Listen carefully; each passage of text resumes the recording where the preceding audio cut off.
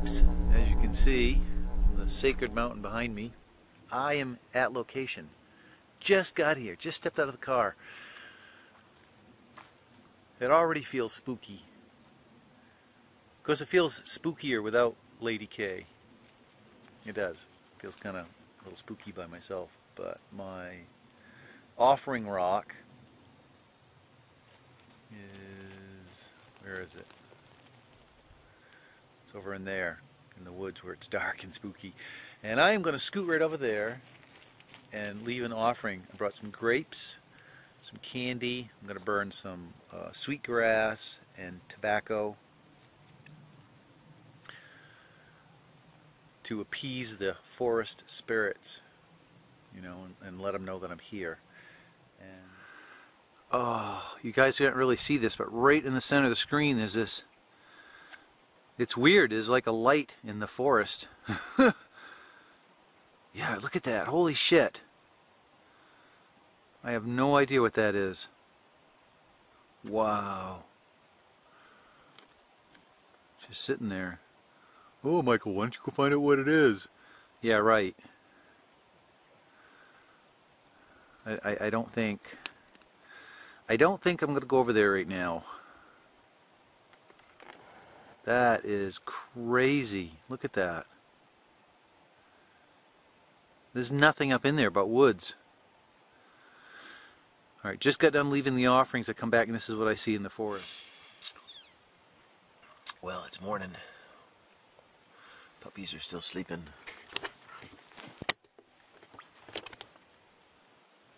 Smart little pups, aren't you, to keep sleeping? They're like, yeah, Dad, it's kind of chilly out there. We're going to stay here in the sleeping bag. Well, this is quite interesting. I just came up in here. Here's another natural altar stone. Look at that. Big old flat rock. And what's really interesting, you see that rock on top of it?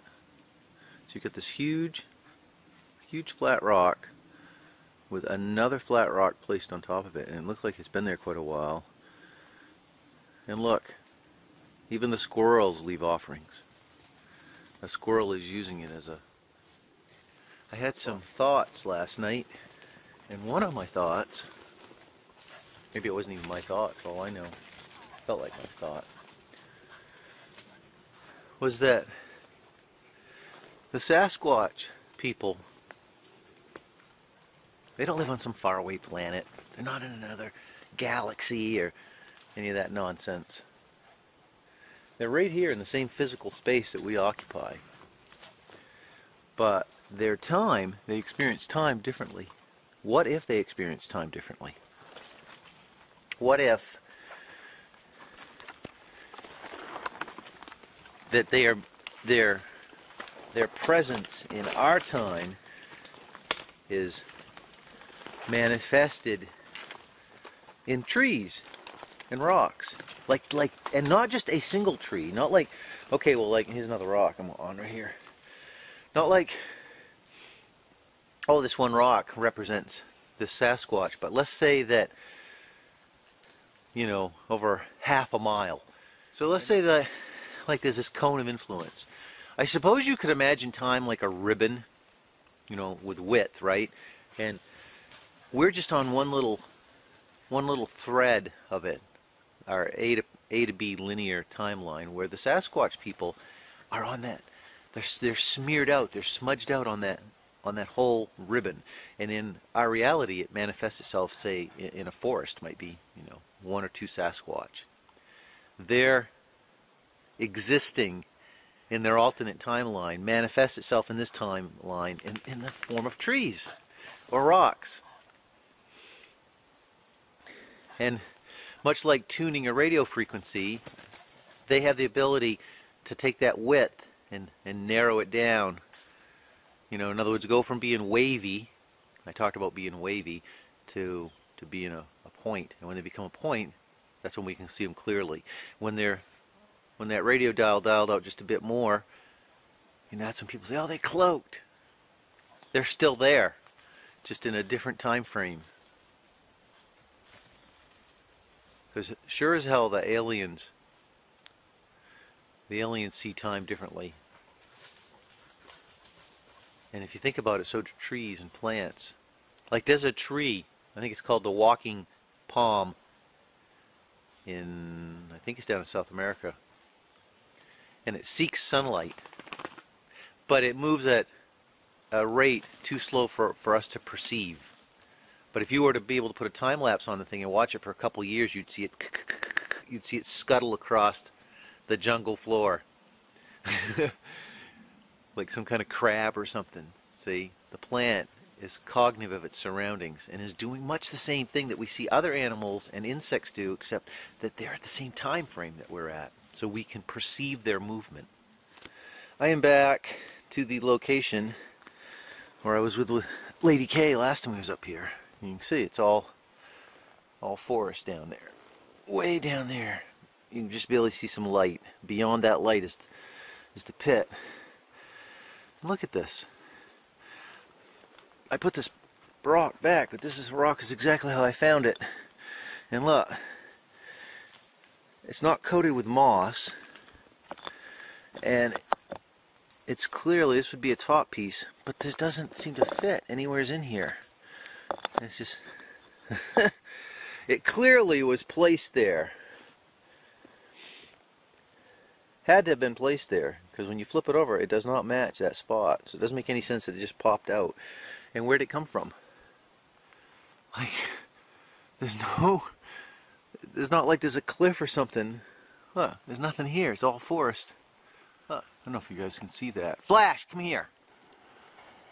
There's something really large right there. It looks like a giant, well, it looks like a giant rock. You stay put. You stay with me. Let's find out if it is a giant rock or not. It'd be kind of weird for a rock to be like that. I suppose it could be a huge overturned stump, but we're gonna find out. Well, I'll be darned. Look at that. Not one, but two large rocks. Boulders. Actually, 3, 4 if you count those ones. But look at this one. I thought this was some big thing looking at me down through the woods.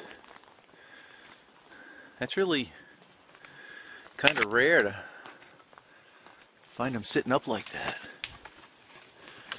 Look at that. That thing's propped right up. That's a big ass rock. Hello, my friend. What the hell? Look at that. Come on. What the? How in the hell? That's really weird. That's weird that that's propped up like that. Look at that. Look how narrow that is. Not that steep in here. Here's another large rock. So this is a ledge. What the? Alright, so this is a ledge. There's this huge boulder sitting up here. There's another giant boulder that a tree's kind of growing up out of. This is like the highest. Alright, so where I'm standing is like the highest point in here. And look at that. Isn't that strange that these rocks would end up on this point? That's a big rock. And there's that one, and there's this one. Right here. Oh, and there's another one. Come on! This is like a big open circle, and there's what? 1, 2, 3, 4. So there's three rocks. 1, 2, 3. 3 rocks on the top of this, kind of lined up in a line. You've got that rock down there that's propped up. It's wide on both sides, but narrow. And look, so this is all ledge here. See? That's bizarre. It's as if something or somebody put this big rock, another similar sized big rock, and another similar sized big rock. You know what? I'm going to take the compass out and see if those look to me like they line up. Well, that's kind of interesting. These three stones, these three giant boulders, line up almost perfectly east and west. Almost. I mean, check it. So you got one there, one here, and one here. And these things, like, these are friggin' huge. I mean, a person, good grief, you need a lot of people to move this thing. This is a big, big rock. Just to flip this one up like it is, wow, I can't even imagine it. I mean, we're way up in the woods. Either that or it was just a coincidence and the glacier dropped three similar sized stones in a line on the highest point up here. I mean, I suppose it's possible. Alright, so I was just right there, see? That's one of the three brothers. I'm going to call those stones the three brothers. And check this out. So here's a couple more stones back here, and look. Sticklings. And those are like really old. And check out the trees around it. Alright, so this tree right here is a choke cherry, or cherry tree, black cherry. Nice and fresh. These ones over here are beech trees, young beech saplings. Alright, see, look. It's a beech leaf. And you can see that larger beech back there is pockmarked by a fungus known as nectria. It has little red fruiting bodies in the fall. It infects almost all of the beech in this area. And then check these out. So now you've got these old,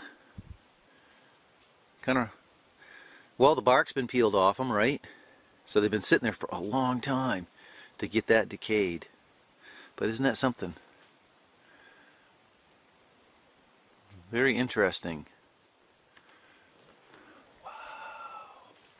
Look at this. Can you see this behind me?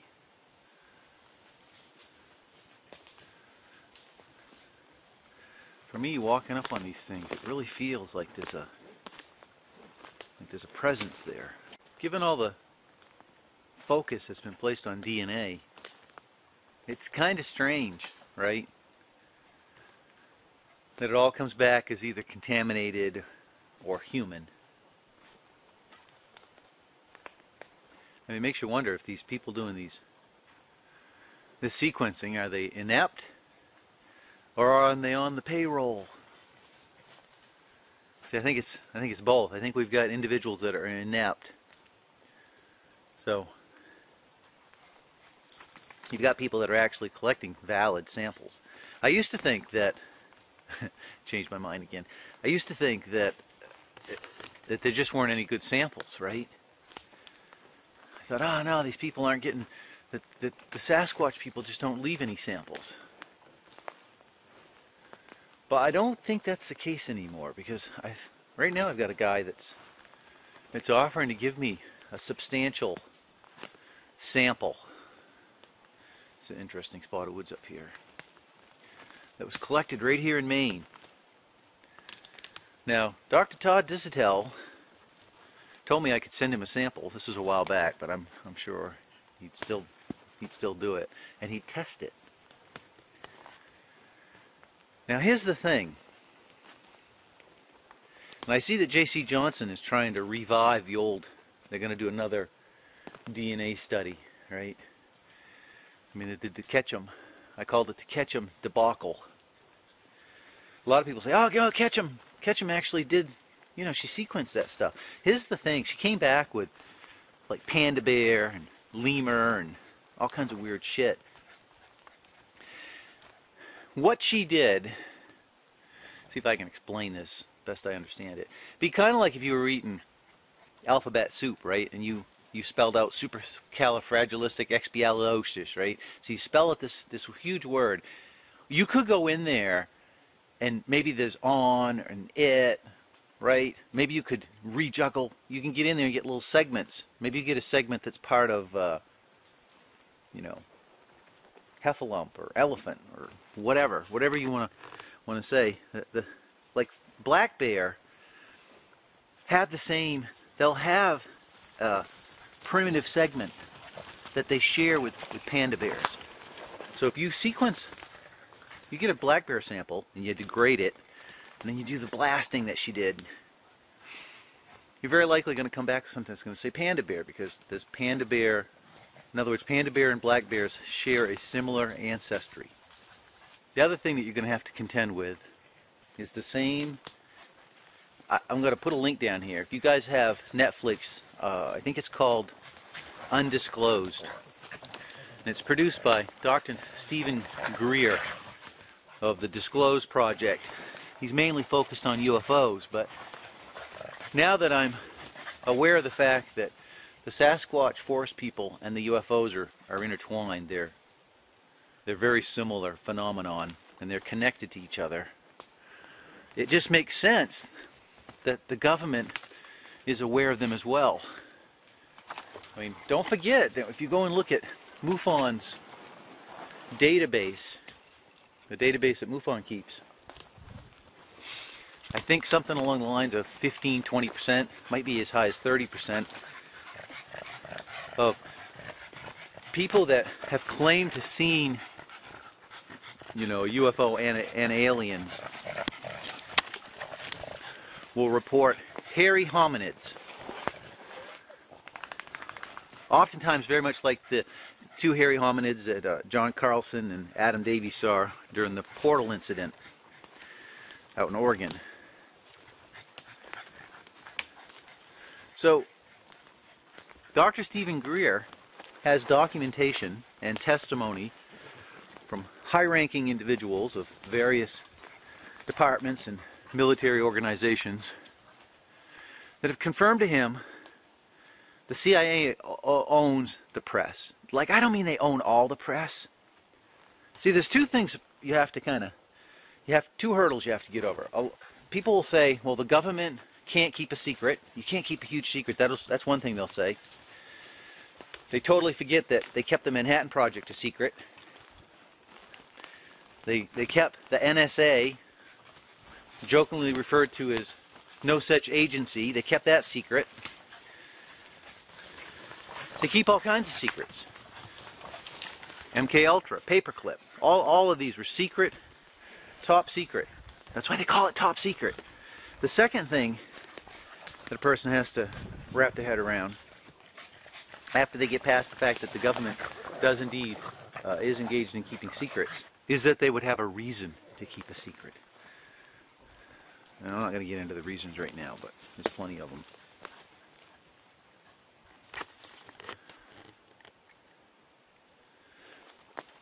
So according to the testimony and documentation that Dr. Greer has put together,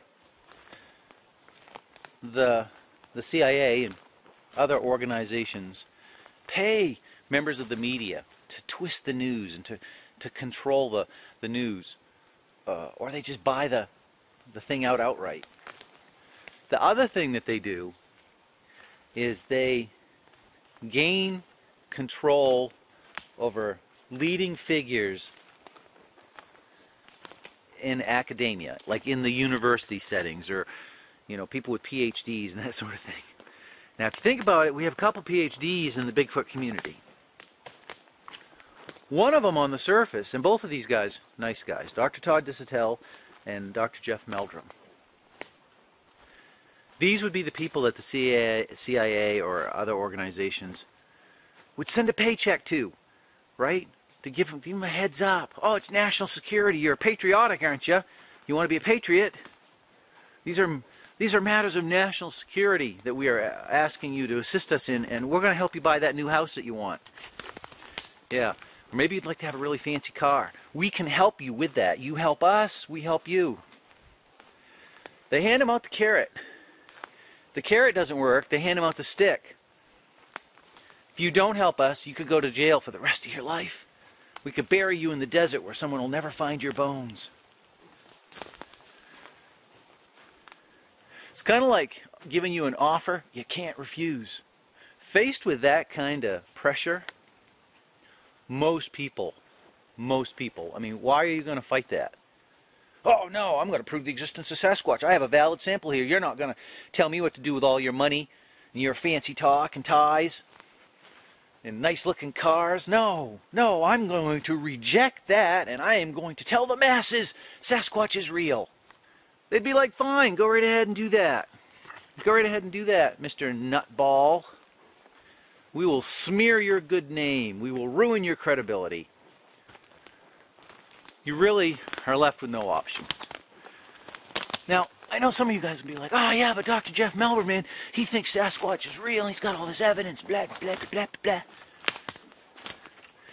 Does he now? He is privy to a huge amount of inside information.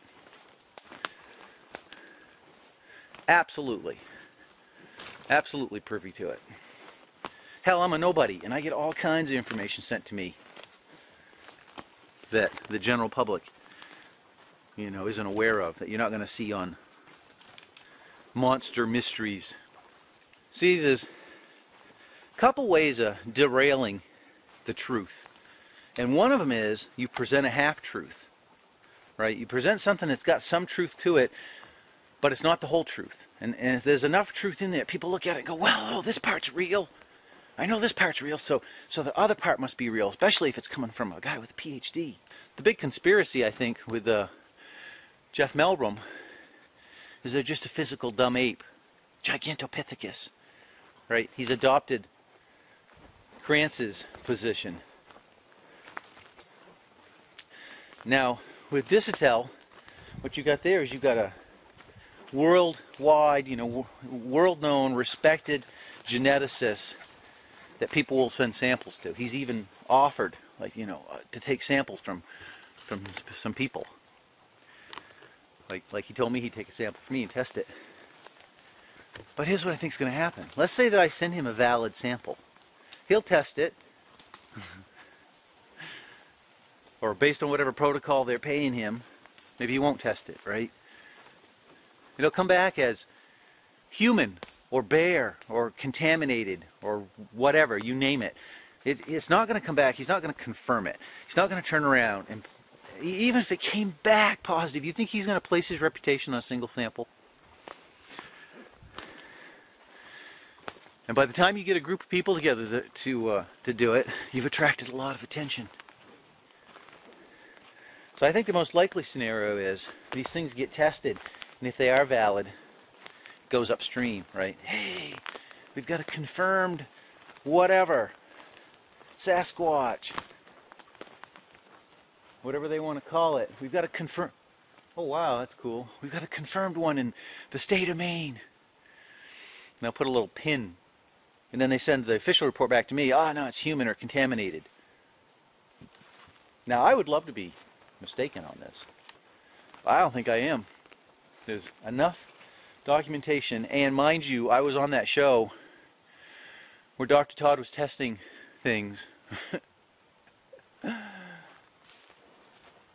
some bear hair that was sent in by a certain member of the crew, certain member of the team, knew it was bear because he shot the bear, took the hair off, took the hair on the show, submitted it to see what the sample would come back, and when Dr. Todd gave him the results, it wasn't bear. And I find it difficult to believe that Dr. Todd's incompetent. So thus, either he was purposely giving us wrong results, or they just weren't testing the samples. I think all attempts, I think all of this stuff is influenced. I really do. They have proof that they're influencing the alien. You know, they don't want us to know about the aliens. What makes you think they want us to know about the Sasquatches?